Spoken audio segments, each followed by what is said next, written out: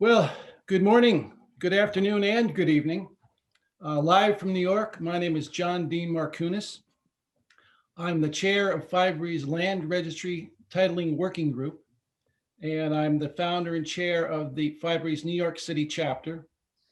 And I have a little company called Power Chain Consultancy, LLC, which we provide consulting services, business development, and advisory services to startups and mid-sized enterprises in the blockchain and real estate industry space, and with a focus on land registries, of course. Our working group organized this particular monthly webinar with the help of Jo Bronkers from the Netherlands, who's the mastermind behind these series of webinars. But better than all that, I get to moderate and participate in this unprecedented discussion. You know, we have close to 100 people from 44 countries around the world registered for this event. And I think the interest sort of stems from land. Land is a global commodity. Unfortunately, land tenure or property ownership properly registered is not global.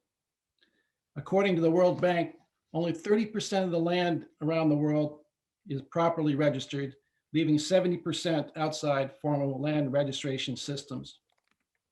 There's also a group called Prindex, which I know many of you are familiar with. Prindex stands for the Global Property Rights Index, an indicator of citizens' perceptions. Now, this is perceptions of the security of land and property rights. Prindex surveys for the perceptions of a sample of citizens around the world in 144 countries.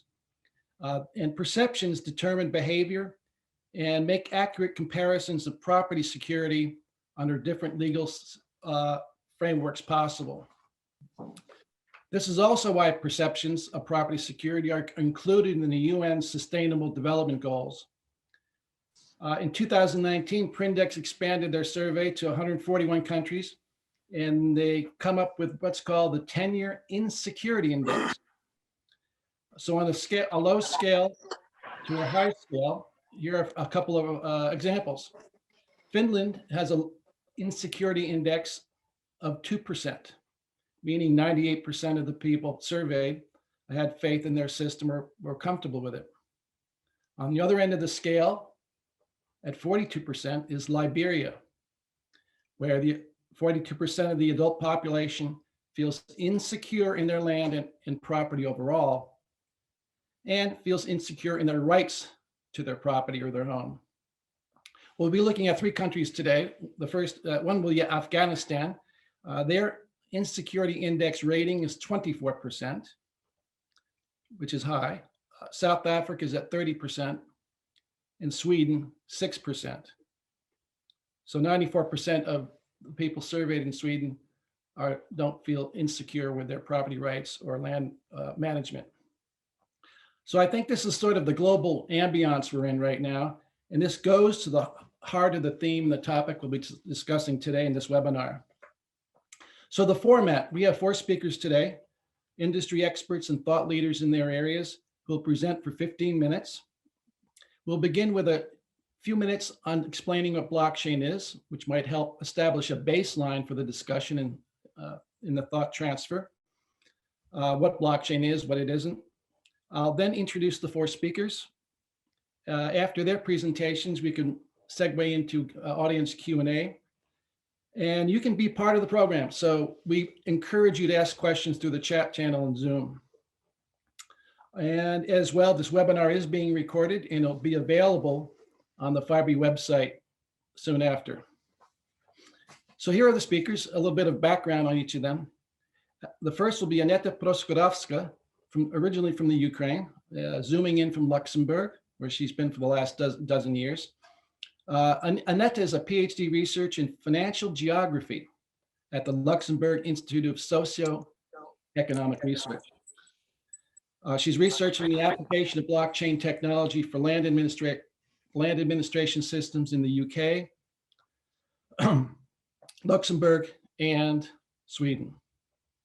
Her topic today, anyway, she'll provide us with her analysis on the application of blockchain for real estate registration and housing transactions in the country of Sweden. Our second speaker is Glen Jordan, who is zooming in from the Netherlands. Glen Jordan is originally from South Africa. And from my conversations with Glen previously, I can truly say he is, without any exaggeration, an impact entrepreneur. Glen is passionate about developing and empowering people through technology, skills development, and income opportunities. Glen is the founder of BitProp, based in the Netherlands. We'll learn more about that in a minute. And his topic today is an extremely interesting one: the challenges of developing an informal land registry system in South Africa. Presenting together, the third and fourth speakers, Maurizio Gazzola, originally from Italy, zooming in from Vienna, Austria. He is the chief, this is a long one, he is the chief of the Strategic Technology Solutions Policy Strategy and Governance Division in the Office of Information and Communications Technology of the United Nations. His topic, or I think focus, will be on how the UN is leveraging emerging technology for member states' land registries. And he will couple that with Rick Schmitz, zooming in from the Netherlands, who is the CEO of LTO Network, which is the first private permissionless blockchain in the world. And Rick will be talking about the project that he collaborated with Maurizio, the UN, with the blockchain integration for the UN land registry system in Afghanistan, an open source project, by the way. So let me ask, let's figure out if we can define blockchain so we can establish a baseline for understanding for the discussion. Anetta, I might ask you, what is blockchain from your perspective? Well, hello. From my perspective, blockchain is a medium of interaction that allows to standardize and automatize processes that people devised and invented to transfer value. Hey, Rick, what is blockchain to you? How do you define it? Yeah, to put it simple, I always say it's just a distributed accounting system where the entries by one party are distributed to all the parties that are basically involved in the blockchain. So everybody who runs a node, that can be just a computer, receives a copy of the entry of the party that submits that entry to the blockchain. And thus it becomes immutable, because if you want to change something, all parties need to give consensus in order to execute the change. And this makes a digital transaction, whether that's a piece of land or a piece of ownership or a token or a Bitcoin, for instance. It doesn't really matter which type of digital asset you transfer. It will be only executed when the parties give consensus to it. Say, Maurizio, how about you from the United Nations? How would you define it?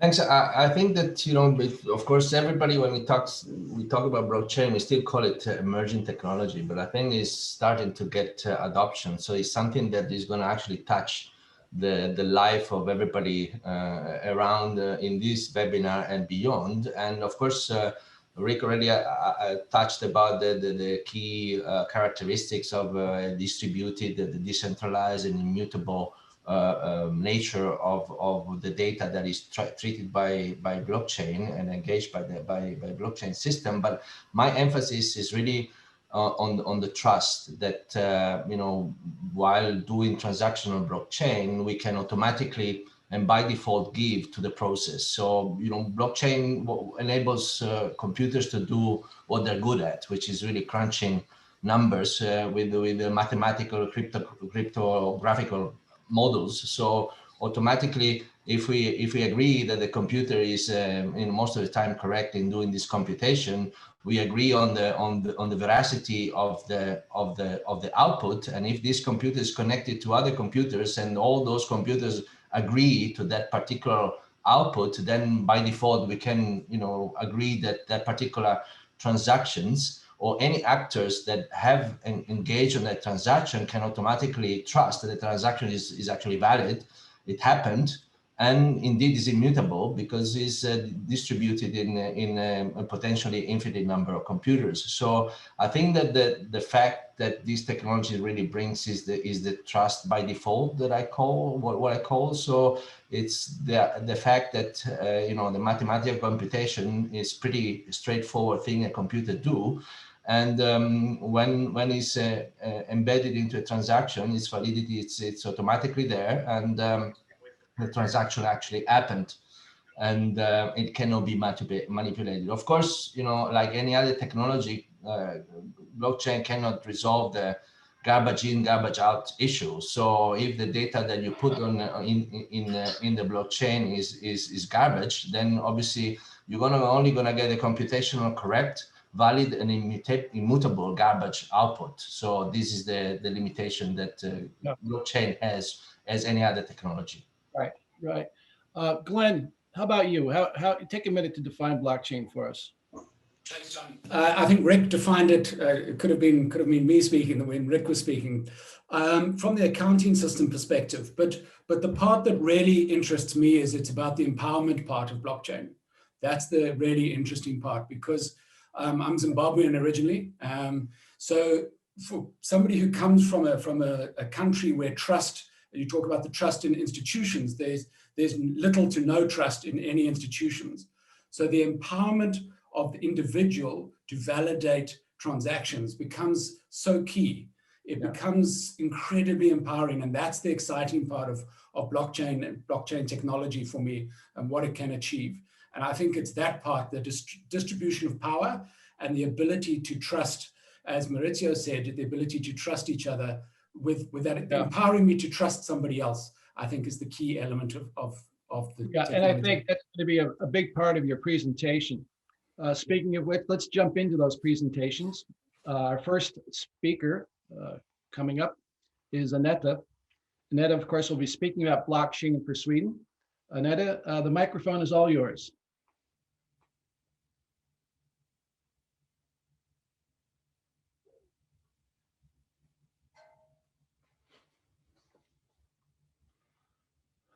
Yes, can you see it? Yes. Okay, great. So hello again to everybody. Since we all gathered here together, I assume that it is widely accepted that blockchain can indeed transform the way the property ownership is registered and traded, eliminating many inefficiencies. However, it is less clear what would exactly change and how the economic organization of stakeholders would be affected. Today, I will illustrate this transformation. I will illustrate how this transformation may look like by discussing the case of Sweden that tried and actually developed and tried the blockchain application for housing transaction. And we'll show you how the blockchain can alter the mechanism of property registration and trade in this country. Now, Sweden is, as John already mentioned, is one of the case studies I investigate in the framework of my PhD project called Application of Blockchain Technology in Land Administration System, which aims to shed some light on the direction of this change in order to understand better the socioeconomic implications. So this is my focus.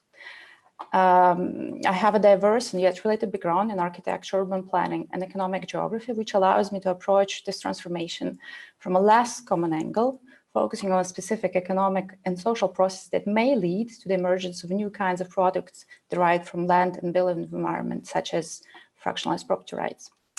Now, one of the questions that my research seeks to answer is, how does this technological change affect housing markets and housing finance in Luxembourg, Swedish, and England?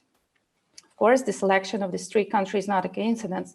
And on my next slide, I will explain why they were selected. But before I go to the next slide, I would like to mention that this is research conducted in the framework of Industrial Fellowship Program, which devised and founded by Luxembourg National Research Fund. And this program fosters collaborations between private and public institutions. In my case, it's Leaser and Groner. And I have a supervisor from each of these institutions, so Dr. Sabina Dori from Leaser and Dr. Jarek Moravsky from Groner. So, the three countries that my PhD project investigates represent the three major styles of property registration. Now, you have different ways to distinguish them or classify, but here I follow Denmark, Who distinguishes between French style, German style, and English or Torrent style? The diagonal on the map you can see indicates the mixture of this system. The difference between these practices relate to the cultural background and the legal base of a specific country.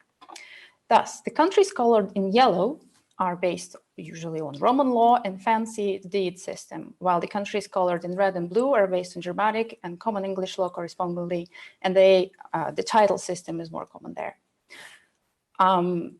Well, what's the difference between the title and the deed system, and why this is important for the understanding of the blockchain change?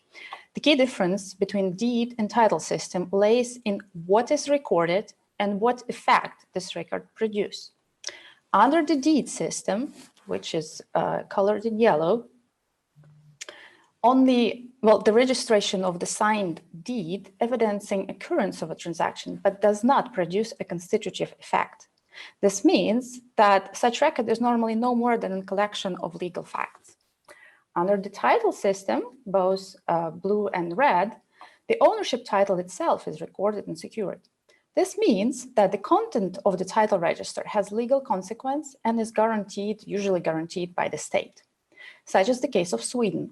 In this country, the registrar follows the logic of prevention and has to make sure that the title is valid before making a corresponding record. Now, why this is important? What this all means is that depending on the system, processes and organizations involved with the recording, transferring, and mortgaging properties differ around the world, as is the market orders, value chains, and business models underlying the trade.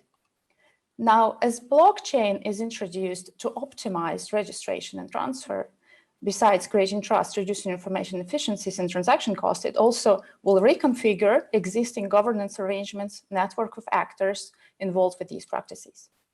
This, in its turn, challenges the existing real estate market order, value chains, which are often built on information inefficiencies or asymmetries. To illustrate this, let's move to discussion of the case of Sweden.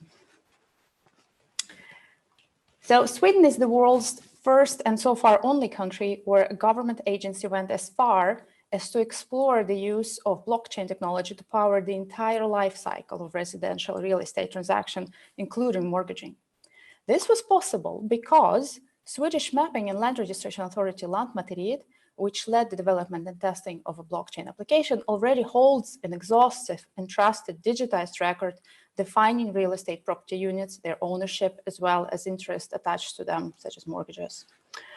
Swedish registration procedure is one of the most efficient in the world. It's ranked 9th in the world according to the Doing Businesses ranking in the category of the property registration, even though this one is made for the commercial property. But anyway, selling Swedish houses is considered to be a simple matter too. Lantmäteriet is responsible for the registration of real estate and mortgages secured on them. The content of the registers is guaranteed by the state. No notaries or other third parties are legally required to sell a house, and it could be done with a single contract.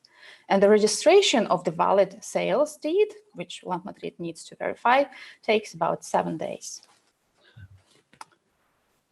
Well, in reality, however, Swedish housing sales are long, stressful procedures that involve a lot of interactions between multiple third parties.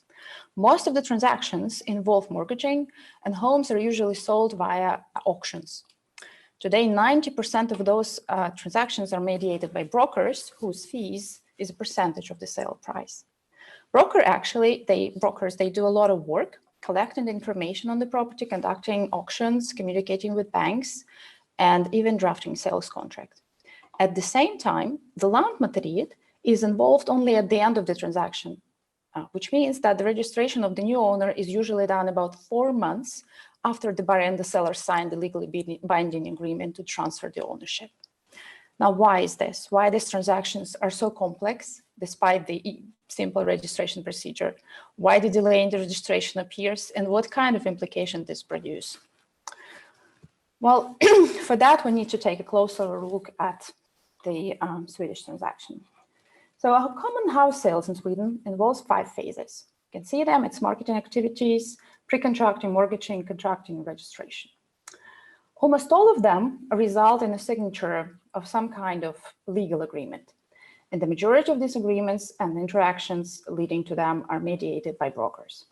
For example, during the verification phase here, brokers have to pull together a lot of information on the property, on mortgages, on outstanding of the mortgages, on the owner, etc.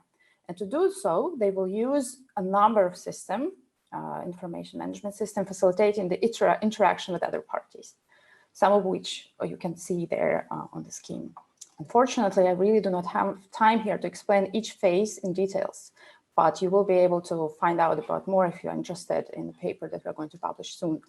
Here, I will only highlight several key moments in this process, which are very important for the understanding of Swedish blockchain application and what is it actually changing. So, as I explained, brokers usually draft the sales contract signed by the buyer and the seller. The first contract is normally a conditional one, and it's signed at the pre-contracting phase. This phase starts very soon after the house was listed. The Swedish housing market is hot, which is why it takes very little time to sell it. So usually the bidding process takes about 3 days in the large Swedish cities. And next day or even in the same day, the conditional contract is signed. The sale deed, on the other hand, is signed at the very end of the transaction, at the contracting phase. And this contract could be signed once all the conditions in the first contract are fulfilled. It is this later contract that the Lantmäteriet will register. Until this registration, however, the seller will be seen as a rightful owner, even though the first seller's agreement has been already signed and down payment was made. Following the logic of prevention, the Swedish registration procedure allows to register the conditional contract too. Such registration will result in a pending or dormant registration of the title, which will protect the parties, and this title will become valid as soon as the sale deed is submitted at the contract or the registration phase.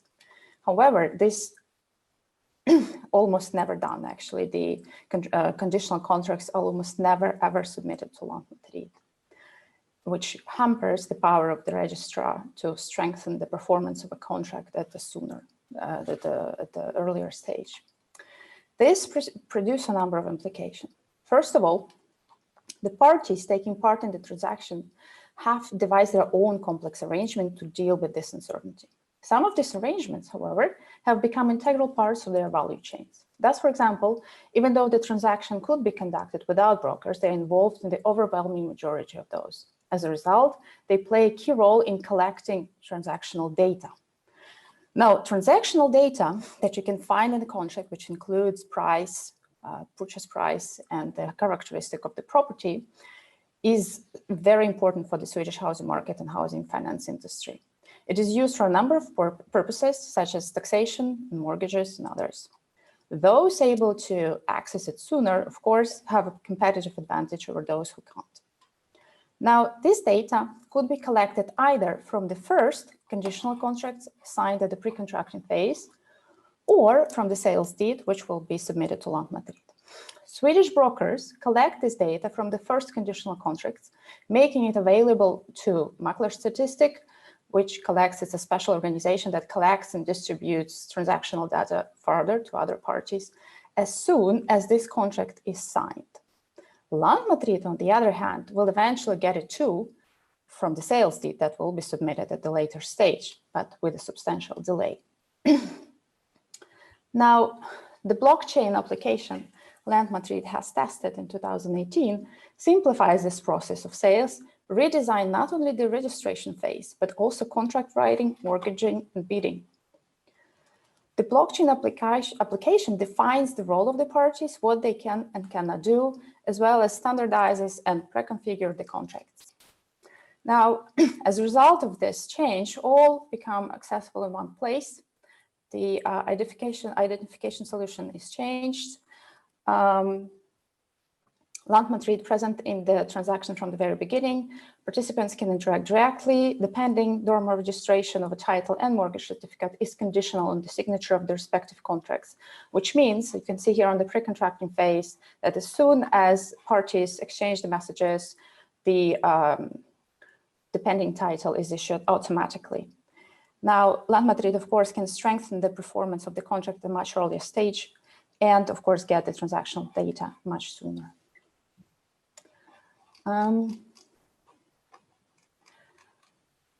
Now, obviously, this simplification, standardization, and automation would affect the existing organization of housing and mortgage markets. The need for both human and non-human mediators would be reduced.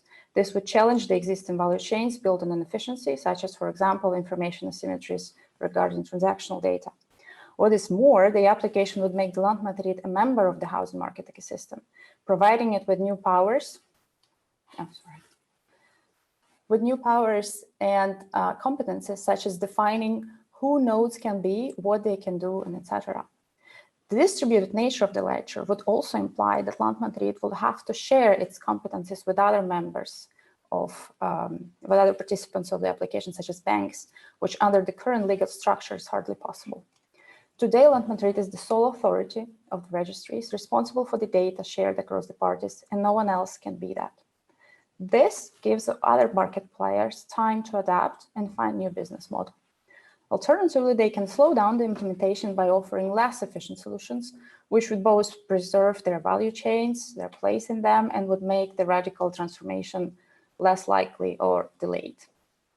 Well, with these empirical findings, you can actually see that the focus on technological workings of blockchain, the transactional cost, and legal obstacles is not always revealing and allows to understand the socioeconomic change and shift in power balance that blockchain can produce, which is why it is important to understand what is it to be changed, how, and for that, a focus on existing practices in organization is vital.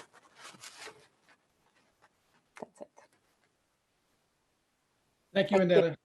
Thank you very much. That was quite interesting. And we're going to segue now. It's a dramatic segue, I think, from a Scandinavian country to South Africa. And our second speaker is Glen. And he'll be bringing up some ideas and thoughts on the challenges of developing an informal land registration system in South Africa, which, by the way, is being done in other developing countries as well. But we're going to have a real world example here from Glen. So Glen, the lectern and the microphone are now passed to you. Thank you. Thanks, John.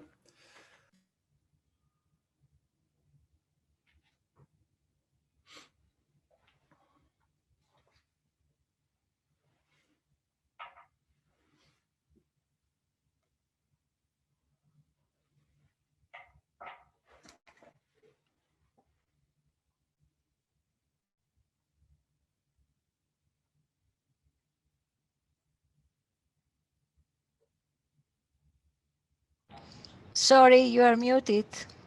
Please, can you start from the beginning again? Yeah, Glen, you're muted.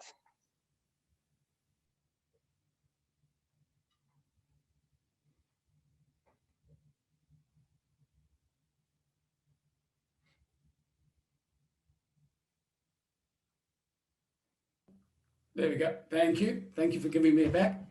Thanks.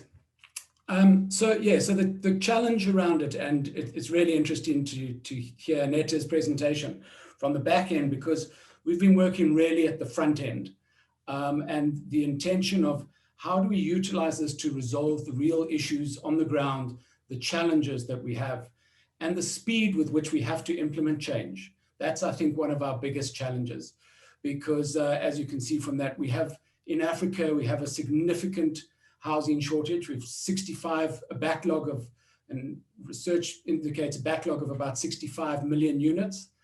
So we're 65 million behind, and Africa is urbanizing at 23 million people per annum. So the cities people are pouring into the cities.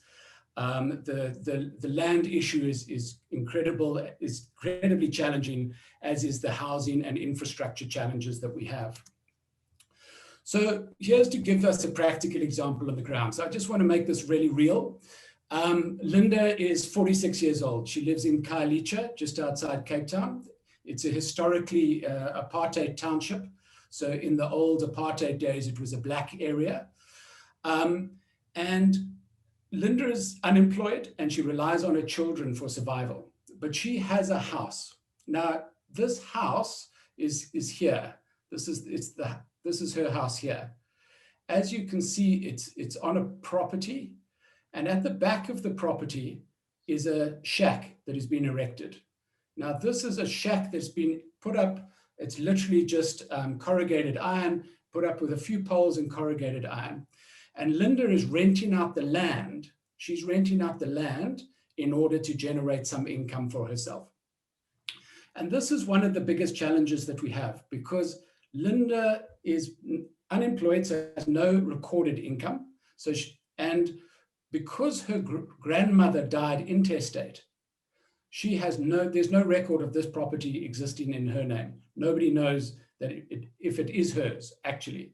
In terms of the formal system, Linda doesn't exist from a financial perspective. She exists from the government perspective. They know she has an ID number, but she doesn't have a bank account and she doesn't have any asset. So there's no recording of this. Now, if we look in the corner here, this corner of the picture, you'll see a double-story unit.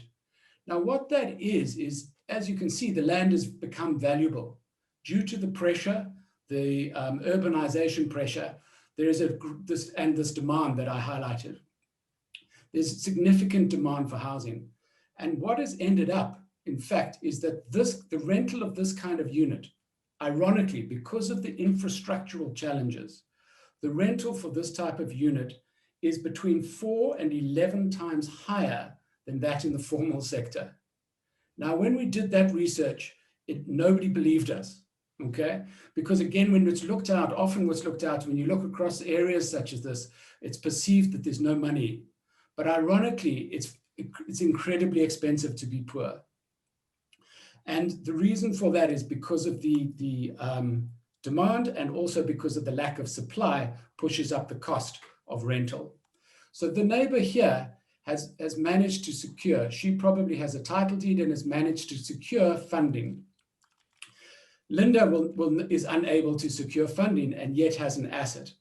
She would love to be able to build backyard rental units like that and be able to earn an income. However, she can't do that because she doesn't exist in terms of the financial sector.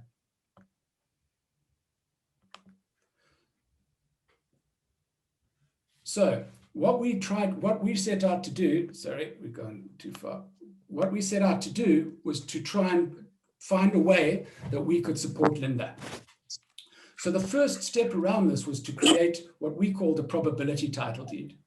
Now, the probability title deed was to say, the formal system doesn't recognize Linda, but is there an informal mechanism to do this? Because the only access that Linda would have to finance of any sort would be informal or unsecured.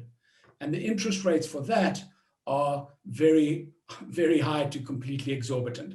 So literally, if you're going to try and build an asset or a house for between 25 and 50% interest rates, there's no ways that is ever going to be financially viable.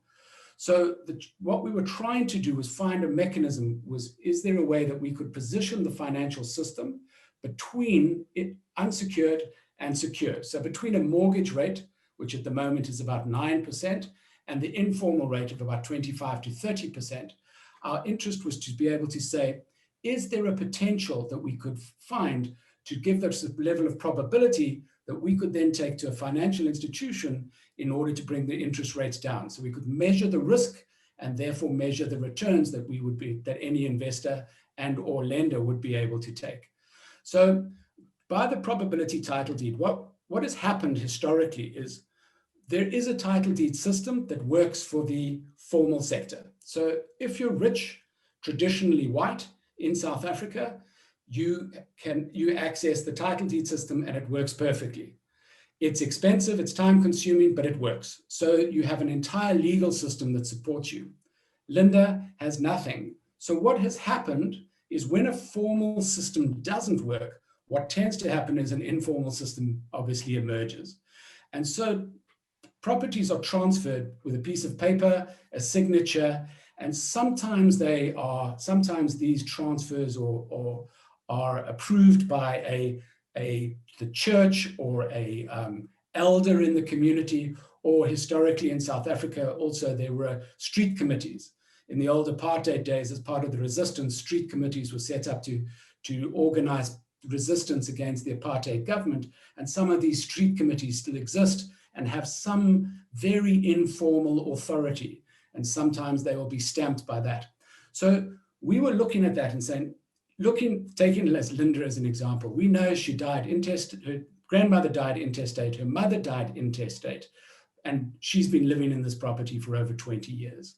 What's the probability that this is actually Linda's property? Based on that, if we are able to assess that, she has a high probability of owning that, is it worth taking the risk to invest into that and enabling her to create an asset? If we invest into Linda's property in a way that gives an investor financial return, an investor stroke lender financial return, creates wealth for the owner, and improves living conditions for the tenants, we have a complete win-win-win. Everybody wins through this model. So that was the process that we went through, and this is what we set out to prove. And in all typical startup fashions, there were certain things that worked and certain things that didn't. The probability title deed, in terms of establishing that through the community. And what we did with that was we asked, obviously Linda tells us she owns the property, but then we went to the broader community to establish that and to validate that information. So did everybody agree with the boundaries did the neighbors agree with the boundaries of the property? Do the neighbors agree that that's Linda's property? Do the elders or infrastructure that exists agree that that's Linda's property? And based on that probability, was it worth investing into that? Which we put up those units at the back that you can see in the picture on the right. And we proved that the financial model worked. So was there a sufficient return to give the investor the returns? Absolutely. Were there tenants to do it? Yes, there were. Did they pay regularly? Yes. Was Linda able to manage this process? Yes. So from a business perspective, we had created Linda effectively as a new landlord, and we've given her the ability to leverage her asset. The challenge for us is this structure. So now we had a informal title, if you like, we were seeking to base it on the blockchain so that we could build this blockchain, this picture of ownership up from the bottom up as opposed to the top down. And as I say, that process was working, but it didn't give the financial institutions the comfort of legal ownership. The financial institutions, in terms of their mandates and requirements, cannot support this informality. So we've got these two worlds. We've got this formal financial world and an informal property world that somehow we have to try and find a way to bridge. Because this is a challenge here that almost seems impossible to overcome. However, we believe that we've taken the next step. In the typical startup fashion, we actually do believe that we can address this, because what we're now seeing is the emergence of new modern methods of construction. And through that, we're able to separate out the building from the land. If we're able to do that, and we're able to separate the building from the land, then we are able to register the building as an asset as opposed to integrating it with the land. By doing that, we have the potential of avoiding the land issue and avoiding the title deed issue. If we're able to do that, what we're also able to do then is register the asset separately. So our objective now is to find two things. So we're working on two things at the moment. One is the registration of the building. If we can registering that as an asset and utilizing the blockchain to do that, and then utilizing less formal funding structures that will enable us to fund that structure and to be able to manage the returns on that investment until such stage as the asset can actually pass through to Linda. So it's utilizing the benefits of blockchain from an asset registration and a decentralization, which takes us into the next phase of the technology, but still seeking to achieve the same objectives, which is finding solutions to Linda's huge challenge. And Linda is representative of, as we know, as John said at the beginning, of approximately 70% of the world. If we can find that, we have a real opportunity to uplift living conditions in the third world. Yeah, fantastic. Fantastic, Glen. I assume BitProp, your company then is behind this initiative, correct? BitProp was the founding entity to do that. That's correct. Yeah. Okay, terrific. Appreciate it. What a story. And I think these are stories that can be replicated, are probably replicated throughout the world. We have to decrease the 70%, as Glen mentioned, the decrease of unregistered properties. Our third and fourth speakers will be talking about a unique place in the world, Rick Schmitz and Maurizio. Maurizio is with the United Nations, and Rick collaborated with Maurizio with his company, LTO Network. And it's going to be extremely interesting to find out how this happened and what you guys have been doing, and give us a time frame of how it was done and where you're going. So I'll pass the microphone back to the both of you. Thank you, John. I will start first, and I will pass the second part of the presentation to Rick. Indeed, we want to talk to you about one first attempt to put some technology on the ground, and this is what we did ourselves, who are the information and communication technology of the United Nations, and Rick and his company, who is supporting us from a technology perspective. So back to these slides. My name is, as you know, Maurizio Gazzola. I've been working for the UN for several years, and I'm part of the office of the ICT of the UN. We have two parts of this office. One part of the office that is serving 100,000 people and personnel that we have, including peacekeepers around the world in more than 100 countries, are doing the standard ICT kind of work that the company needs to have to come to work. So from network, cybersecurity, ERPs, while my area of work is really to try to use technology, and particularly frontier technology, emerging technology, to help member states improve in their challenges against the Sustainable Development Goals, and really building better institutions in these governments. And as you know, the Secretary General is telling us, telling the world every time that we need to make sure that we are assisting our member states to reap the benefit of the fourth industrial revolution, and we need to make sure that we continue to put technology into our work and make sure that we start and work on building peace, justice, and strong institutions worldwide. So our main goal is really to work with the different part of the United Nations, including the Office of Counterterrorism, the Office of on Drugs and Crime, the UN Habitat for the Settlements, and provide technology solution to them. And if we will share the slides that are not really coming up very well, but that's no problem. You will see the links to the various products that we have out there. We really our goal is really to provide these solutions that are installed by governments in their jurisdictions, to help them to gather, analyze, disseminate data, and obviously information and intelligence, and actually enable tactical and strategic analysis to then feed back into the processes to formulate better policies, rules, and eventually laws. So how we do that, we are basically developing concrete solution, technology software solutions. We brand them under our UN Blue flag, which is neutral, which is usually open source.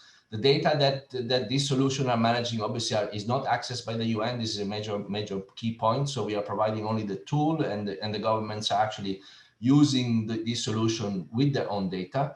The software code is provided free of charge, and then we're providing support and maintenance and development against a small fee that we charge to all the users that are using our products. And this has been going on for the 15 years I've been in the UN, and we have for example 57 countries are using our financial intelligence tool to analyze banking transactions in their jurisdictions to counter money laundering and countering or the financing of terrorism. But today we're talking about land registry. This is the latest product that we have built with the United Nations Habitat. As you know, and we've been hearing from Glen, but yeah, I believe it's public knowledge, Habitat reports that land ownership disputes are really one of the key issues of fueling conflicts. And this is where we're coming in from a UN perspective. We are all there to try to, you know, keep peace and making sure that, you know, governments and countries are developing both economically and socially. So this is where we're coming from in trying to assist member states to overcome some of the challenges that are there, you know, commercial pressures on land grabbing, resettlements, migration. These are all aspects that are affecting land management and actually affecting the conflict and peace and security of a particular part of the world. And moreover, in the coming decades, with the pressure from climate change, from population growth, migration and urbanization, of course, this is something that is going to be becoming even more difficult and obviously leading to more conflicts. So, you know, we indeed, you know, when we handed over this product to the government of Afghanistan, we had a coverage from Forbes, and the Forbes journalist said, "Why you chose Afghanistan? You know, this is probably one of the most difficult part of the world. So how did you go there, and why you started there?" Basically, indeed, we said yes. You know, we started there because of a series of stars alignment. But obviously, this is where probably a proper land registry system using technology, emerging technology, would have a highest impact. You know, 80% of the properties in Afghanistan are not registered. There's no occupants with formal ownership documents, and obviously the insecure tenure of land is severely constraining economic and social development. So what we did, we started working on a system, on a land registry system. We believe it's first of its kind because we have basically enabled with blockchain part of the process that the system is covering, and we'll show you which part. Really, we are trying to assist the Afghanistan government, but of course the system is built once and is now on offer in different countries that will have these similar kind of requirements and needs. Is built to register and perform secure online records management, land record management. There's a tool that a module that does a survey, the mapping of the land registry and the properties, and then issues another module issues occupancy certificates, and the result of this process, it gets then anchored into a decentralized public blockchain, which is the one provided by Rick's company, the LTO network. And so by having a land certificate, a property owner can go online into the Ministry of Urban Development instance of Go Land Registry and verify in milliseconds the authenticity of the certificate that they have. And this is a module of the system that we are open sourcing, and soon you're going to see it available on GitHub. So for anybody who needs it. So these are the various modules that we have implemented into the system. We have a data ingestion module for the surveys data coming in, a geospatial module that actually helps to identify where the property is situated. We have a conflict management module that also aims at trying to do a bit of what we heard from Glen and trying to verify with different parties and different actors that actually does that information in terms of ownership of that particular piece of land is verified. Then we have a beneficiary identification module that results from the resolution of any conflict around the property of a particular parcel. Then we have an invoicing and payment module because the government of Afghanistan, and particularly the city of Kabul, is using the tool to actually identify the ownership, but also then levying taxes on the particular property. And the last part of the system actually has a module that register the deeds on a blockchain. These are some of the screens that I will show you very quickly, and then I will hand it over to Rick to talk about specifically the blockchain module. As you can see, we have the ability to geo mapping and the information about the particular land parcels or property, and then we have the ability to register that type of information into the system. We have the ability to put taxes on those particular properties, and the conflict resolution system, where we have the ability to record what was the process of getting into the data that is as clear as possible and as through as possible into then the process of deciding what is the land ownership deed to be released to relevant beneficiary.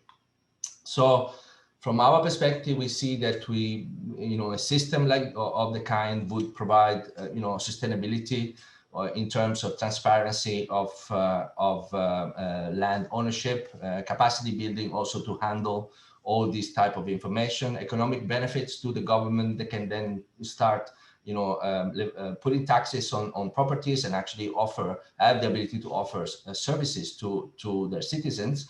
Obviously, the security and the distribution, the nature of the distributed blockchain is important to make sure that the data is as secure and immutable as possible. And as again, from the government perspective, the land revenue, the tax revenues, and urban planning that can be done with the GIS module, and obviously the governance about deciding ownership of the deeds. And obviously, from a people perspective, we want to make sure that with the revenues, there is basic infrastructure services available, there's citizen representation in the process, and eventually there's an undisputed land registration system.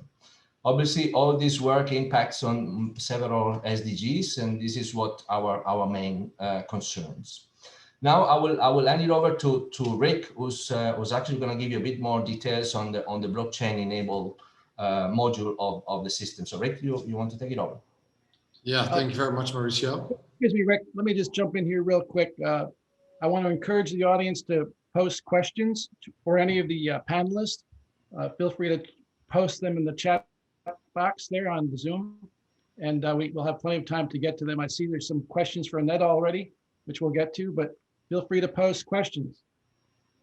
Thanks, Rick. All right, thanks, Maurizio, for introducing the system.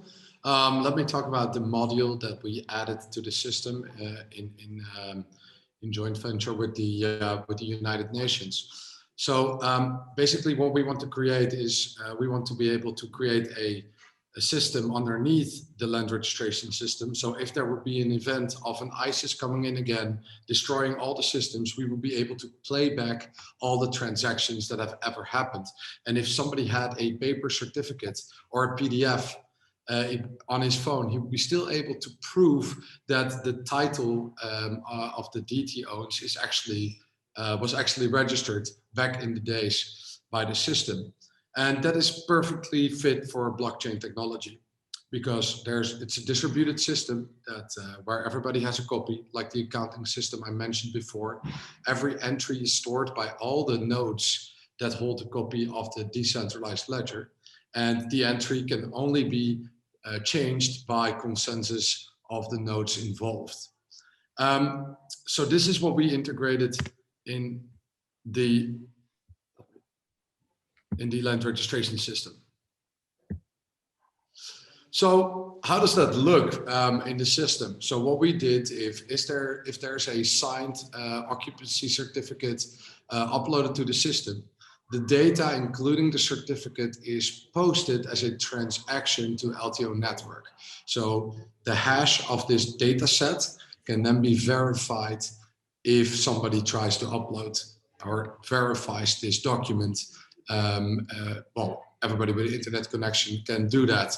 And if you would change just one pixel within this document, the hash would become invalid. You would create another hash. So this is your immutability. Basically, you create a digital fingerprint, which you can verify online and attach that to the document of the owner certificate.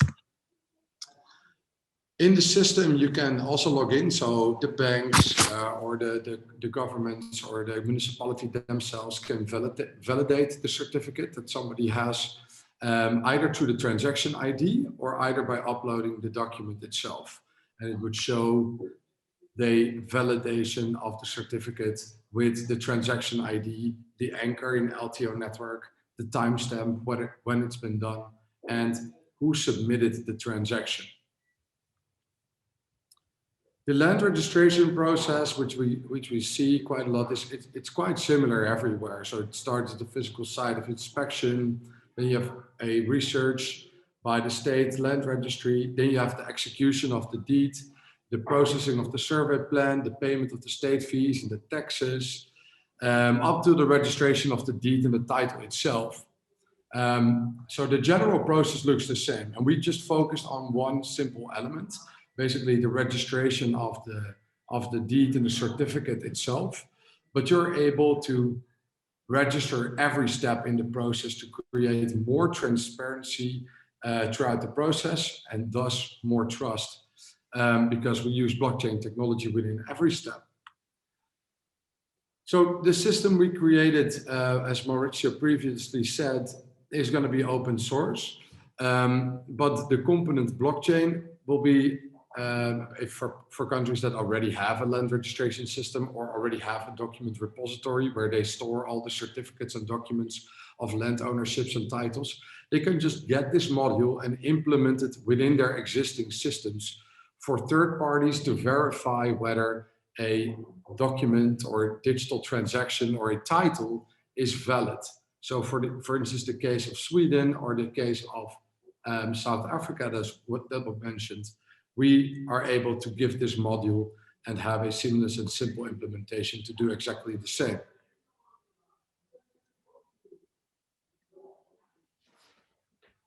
In a second phase, which we're looking at now for other countries as well, but also for Afghanistan, is the ability to issue verifiable credentials to the beneficial owners.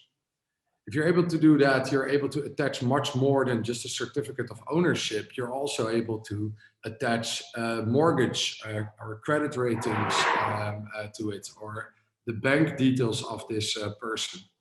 And by having that, all the parties are able to do much more digital transactions together, much faster. As a stakeholder, you're able to verify a claim instantly without going through a government to verify a claim. And this is basically a new layer on the internet, which we will see in the near future, I believe, where people and governments and companies are able to interact trustless with the use of blockchain technology. But if you're sharing personal data, you want that personal data only to be accessible by the parties that should have access. So for instance, if you want to have a mortgage, you want to apply at a bank, then you need to share the data, your personal data with that bank, your personal credentials and the credentials about your ownership. So what we did is we created an extra layer on top of our public blockchain, and that is the private chain layer. And this private chain layer creates a miniature blockchain about a process, and that process can be either the land registration or applying for a mortgage. And all the data that is shared throughout this process is only shared with the participants that should have access or that you have given access by the data owner. This is the team of executives that are working on the solution, so feel free to reach out if you think it's something for you, for your government. And I leave the final word to Maurizio.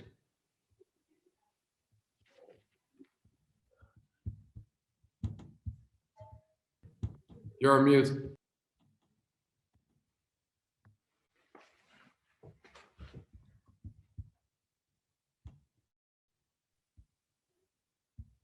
Maurizio, you must mute yourself. Yeah, I couldn't find the button anymore. I'm sorry. We have so many Zoom, Teams, Google Meets. Sorry, that's my problem. So just to summarize, and thanks Rick for the very clear presentation there. It's the land registry system is now available. We are, as I said, we'll publish it soon on GitHub, so you can get your IT people to have a look at the technology itself. It's work with of a very good collaboration with Rick's team, with the real experts on the blockchain kind of technology side. We are now working with the UN Habitat, who are the experts, and they are the entity in the government, in the UN, to provide guidance on anything that is land registration and land management, to offer the same setup to additional countries that may need to have an enabling mechanism for their existing registration system, or they want to upgrade, they want to make sure they want a new system to be available for their processes. So we are obviously looking to talk to partners and ensure that we have a full inclusive process to ensure that every part of the every actors of the land management picture is included, and together we are building a product that can be used in many countries, in multiple countries. Again, the principle is to try to build and maintain one solution that covers 80% of the needs of countries out there. Particularly from a UN perspective, we are looking at post-conflict countries or developing countries that need to have a strong basis on which they build their development. So obviously we are open to anybody who wants to contribute to this work, and you will see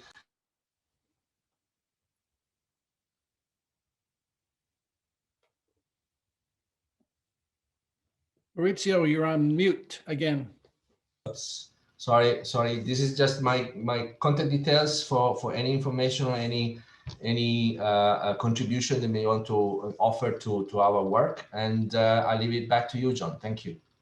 Thank you, Maurizio. Thank you so much.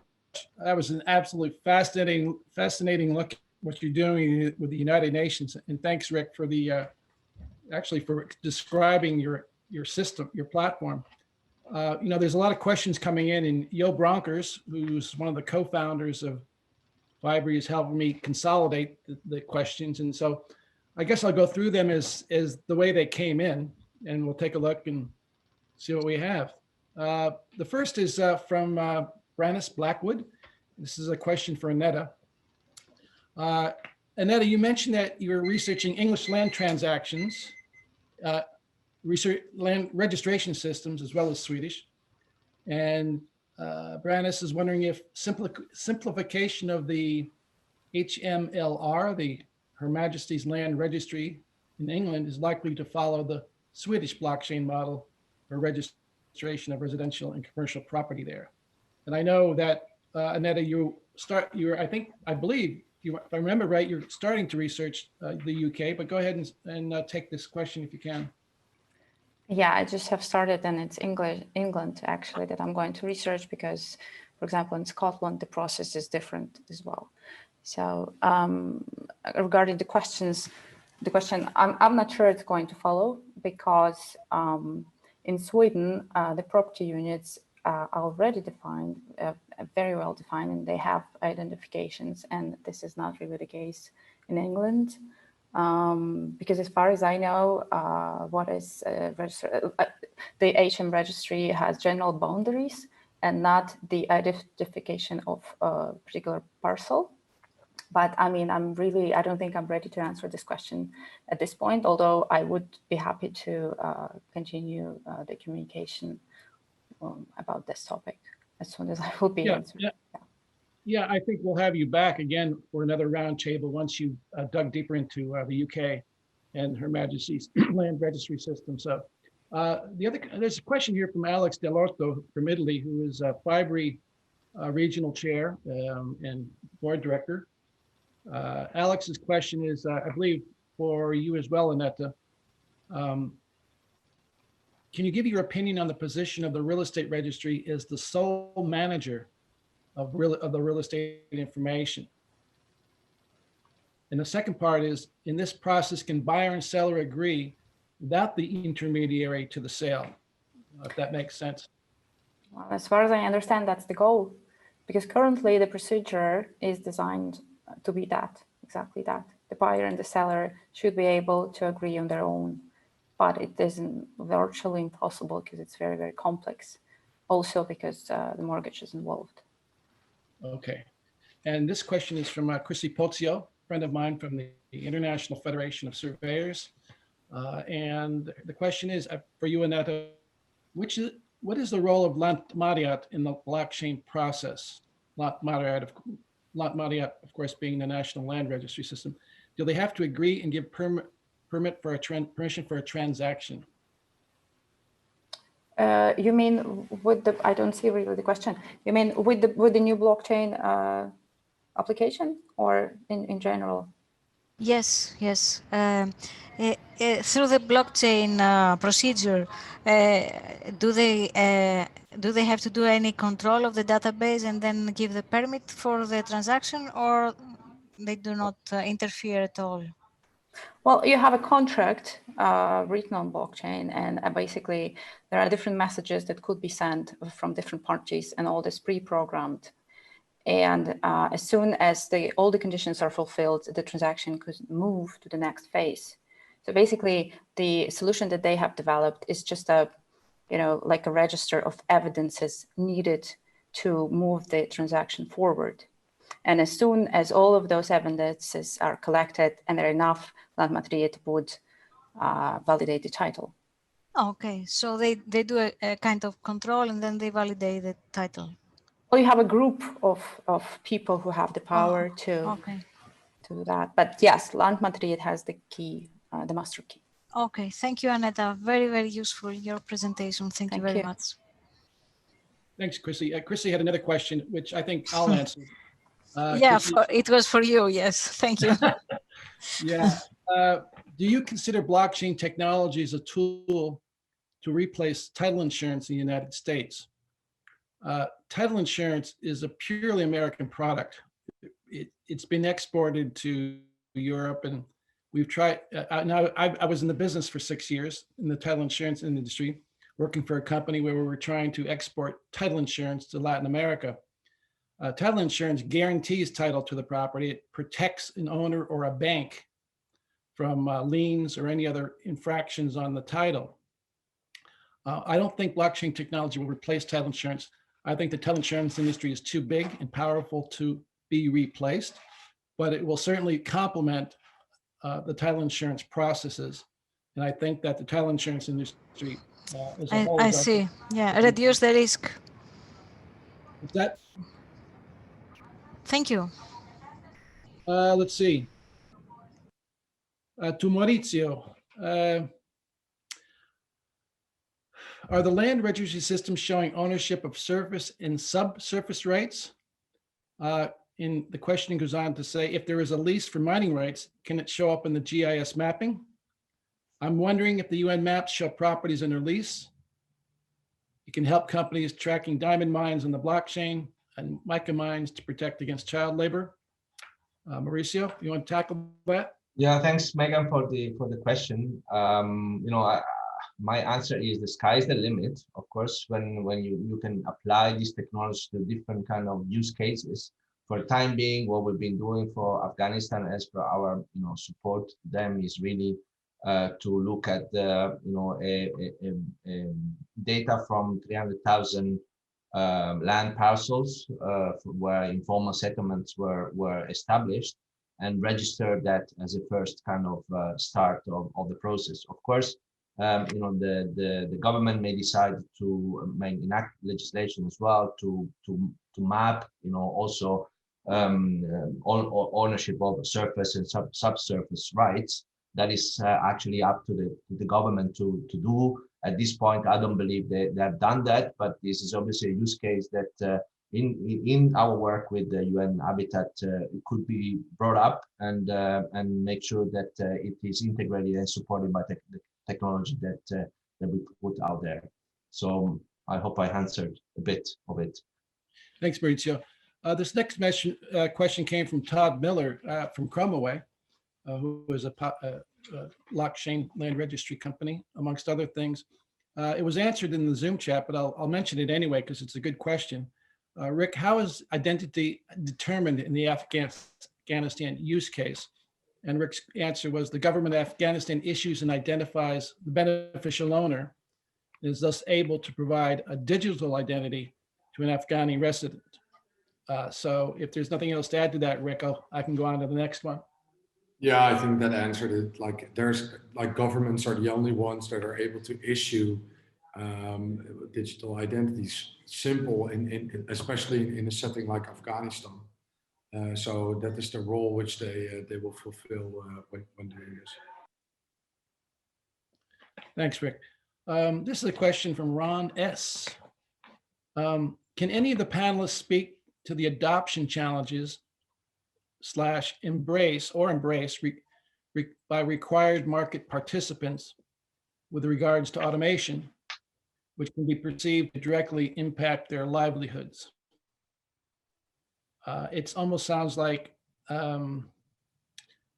perhaps the question is about intermediaries being impacted or perhaps driven off the going out of business. Adoption challenges, embracing by required market participants with regards to automation. Yeah, I can try to answer it. What you see is that a solution like we've built together with UN, it's a top-down perspective. So if you have a government that implements a system that takes much more time to roll out than something that comes from bottom up, where you have market participants like Google basically going from like the use of Google Maps or WhatsApp or Facebook's. That whole approach is very different. And if you look at the automation part of adoption via the top-down perspective, it takes much more time for a commercial party to get traction there than the other way around. I hope that answers it. I may also add the fact that, you know, from a UN perspective, we really try to be as inclusive as possible, and also helping government to make sure that there is in their decision, that top-down decision that Rick was mentioning, there's engagement of all the parties, all the actors of the processes that will you know, impact. But of course, any changes, any technology will have an impact, and then we need to try to make sure that all this impact is positive for everybody and not negative for anybody. So I think that the only solution that we see from the UN perspective is really to bring everybody around the table, making sure that everybody understands and have their plus into the adoption of changes. This question is for Rick. Mr. Rick Schmitz, are you working with the UN to do digital identity for the citizens of Afghanistan? No, not yet. This is definitely a stage 2 part. First, the full rollout of the system as we've now envisaged it, and this would definitely be a stage 2, and that could take many years for this to be implemented. Okay. This question is for Glen. Glen Jordan, we have one for you finally. Do you believe that the challenge you described for the South African system can be solved with one uniform solution, like presented by the UN and the LTO network? The question goes on to ask, why would or wouldn't that be able, and what is needed today to make it happen? I think as the foundation, absolutely. I think it needs to be integrated. But as Rick just outlined, I think that from the previous question, the challenge is this top-down, bottom-up approach, and the two have to meet. That's really the way that this has got to work. So absolutely, from the point of view of just what we've been speaking about, the cost, you know, for that first world element, if we try and change the first world element, there's resistance, because that part in South Africa particularly, that part works, and they're vested interests. So it's challenging to change it. It doesn't work for the people at the bottom of the pyramid. So the challenge is to build something that works for the bottom of the pyramid, that we can start doing as was mentioned, as in terms of building it from a Google style to build it from the bottom up, and then hopefully we can meet in the middle. So I think that's part of the, I think that's kind of the approach. That's the kind of the approach that we would be looking to, I think, for a valid solution that could work. Yeah. Well, I have a quick question, Glenn. How are you being funded in terms of your efforts with the lower income neighborhoods or municipalities? Yeah, to date, we've actually been, we were funded by high net worth individuals who were donating money initially. So there were a bunch of funders based, fund of donors effectively, based in European, who had been donating money to enable people to get title deeds. So paying for the legal process for them to go through this entire process. So we approached them and said, well, rather than just giving money away, which then disappears into a black hole, can we find a sustainable way of developing this going forward? And that was the initial funding. It's part of the challenge because there's funding at the large scale when it works, and there's funding at the small pilot scale, but we're a typical valley of death. That between those two is a real challenge. That's where the challenge we got.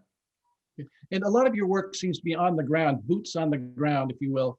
Are you using any other technologies such as drones for mapping or GIS or satellite work to establish boundaries? No, we haven't had to. We haven't had to because the infrastructure exists in South Africa. So what does happen is you get people building over the lines, etc. But the basic information is in place, so we can just utilize that as the foundation. It's the layer on top of that tends to be manipulated or challenged, out of date in South Africa. Okay, thanks, Glenn. This question is from Maurizio. This is a question from a fellow Italian, Alex Dell'Orto. With a statement in a question, many, if not all, property registry systems are state-run. For the validity of the information, how important to you is the network of different registries that work together to form the real estate identity? Next comment is, many times we have a non-digital management of this information. Maurizio, does that make sense to you? And this is again part of what we were trying to discuss before, is really the total inclusivity, and every actor has their own space. It has to find their own space in the new setup. And I've been very interested into following up what Glen is doing in South Africa, because as I said before, the system and the technology will not resolve all the issues. Actually, we will just reflect what the issues are, maybe in a different way. So if we don't commit and contact the community and make sure that the information that we put into the system is true, is valid, there's consensus about that piece of information, then the technology will still not be efficiently and effectively used. And actually, the UN is concerned about the fact that maybe this technology could be used by the existing elite just to give a bit more strength into the current position, the status quo position, right? So we need to make sure that we attack the problem from all different sides, and making sure that we have all the actors working together. So indeed, and obviously the other problem is access to the technology. So all the people who are still working on a non-digital way would like to have a mechanisms to access and to have their work, or part of the work, or part of the piece of the work that they do in the chain done digitally. And obviously blockchain is as a low kind of access bar to overcome. So I think this is also an advantages of having on the phone, wallets on the phone where you can enable the transactions in the work process. And this is what Rick and his team has been very strong at doing, by integrating also existing systems that are part of the process, but are outside. They're not totally talking to each other. So the blockchain is used to make different systems and different processes talking to each other. So that's also another aspect to lower the bar of accessibility. Thanks, Maurizio. This question is posted for all of you, okay? And I think it's a terrific question, and I think it revolves around challenges for blockchain implementation. This question comes from Lee Bratcher, who is the regional chair for FIBREE's Dallas, Texas chapter. And Lee is also the president of the Texas Blockchain Council, which is involved with government or trying to influence government, I believe, in past legislation for blockchain use. Lee's question is, this is for all of you, what resources have been developed for managing incumbent actors and political veto players who resist this kind of blockchain innovation? Political veto players who resist. Or maybe from our perspective, this is actually our job, is the UN job. We try to, work at all different levels, and particularly with governments and politicians, to make sure that, we explain what blockchain is, we explain the advantages, but also the disadvantages and the risks. And we help with, enabling standard legislation that could be adopted in specific environments, and obviously with the relevant customization or configuration of that particular standard piece of legislation that is worked out at international level, that's implemented in different countries. So that's the job that is the tough part of the job. And again, we've been working in all our work in the last several years with champions that are there to really push this through, and making sure that we concrete set up on the screen, we could actually make the point to those legislators and to those political partners that have a say on the process, to show on the screen actually what can be done, what cannot be done, what are the benefits, what are the pitfalls. Glen, how about you in terms of South Africa? Has there been political interference of some sort with your work? We tried to avoid the whole political realm in order to try and avoid any issue of it slowing it down. So we tried from the bottom up, and about a year, 18 months into the process, we got contacted by local government. So they reached out to us. And the reality is we're absolutely supporting what their objectives are. It's one of their challenges. So in fact, it was a very positive interaction by the time we got there. But we're working on the premise of, let's ask for forgiveness rather than permission, and see what we can achieve before we enable them to slow down. So it was really based on that approach. Okay. Rick, care to comment? Have you come across political interference or activity that kind of gets in your way of the acceptance of your blockchain work? Well, maybe in the beginning, governments were skeptical working with blockchain technology, but I think that is changing quite fast as adoption is becoming more widespread. More people are starting to learn from it and work with it. And I think parties like the UN bring great adoption on a more intergovernmental level. And that's what we've seen by other countries that are talking about implementing the solution as well, especially in African continent. Okay. This question is for Maurizio. I'm not quite sure I understand it, but when do you expect the blockchain anchoring to start for your project in Afghanistan? Yeah, no, I understand it very well. Thanks for the question. This is, as we announced, we handed over the document, the product to the government of Afghanistan. They are obviously COVID hasn't helped in the last few months, and we have planned for actually next week for the Afghanistan, 3 Afghanistan colleagues to come over to our India office to do the first anchoring, of the registry system. So you're definitely going to see it on the LTO blockchain when this happens. So we hopefully it's going to be soon, and hopefully we're going to be able to talk about the success stories to go the whole 360 degrees of the project itself.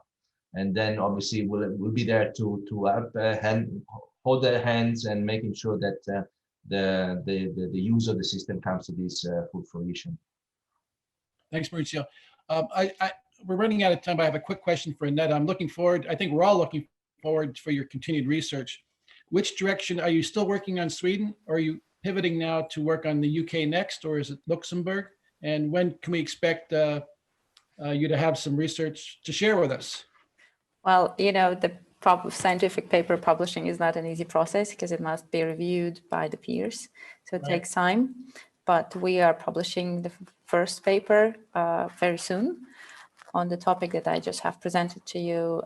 Then I will probably have another couple of papers on Sweden because there are many interesting things. For example, to mention the question that was there regarding the incumbents. Well, the problem is that in Sweden, they never say that they implement something. They always say we're innovating. And as soon as you don't implement but innovate, you don't really know who the incumbents are and which value chains you can affect. So we're going to address this issue in a couple of other papers as well. And then, yes, I'm switching to England and Luxembourg. And the idea is to actually follow the transaction procedure from the very beginning until the end and see how is it organized in a different context and see what blockchain can do for them. I just have one burning question for you. I don't know if you can answer it. We'll try. When will Sweden, if they want to, when will Sweden start implementing blockchain? Because they've had some pilot programs now, and do you have any idea if they'll ever get to that point? Because they haven't, they've studied it, but haven't really. Well, currently there are some legal obstacles to it. But I assume they're working on those obstacles because there's a work on basic data sharing framework. Because currently the governmental agency cannot freely share the data between them. Also, a lot of work is underway. So I think it could be done pretty soon. But my general opinion is that it will become operational as soon as the majority of incumbents will see that there is a benefit from it. And then I assume nothing would be able to stop the implementation. That's a good answer. We're out of time. I think this has been an unbelievable 90 minutes to get all you experts here in one spot discussing different systems and different disparate locations, geographical locations. So thank you, Anetta, Glen, Maurizio, and Rick for spending time with us. This webinar is recorded, so it will be available through the FIBREE website. The next webinar, I think it's being posted, is March 17th, which is, the topic is DeFi and real estate, the mechanics of decentralized trust. So until March 17th, stay healthy and stay safe. Thanks again for everyone for attending from around the world. Bye, everybody. Thanks. Thank you. Bye-bye. Bye. Bye-bye. Thank you. Thank you.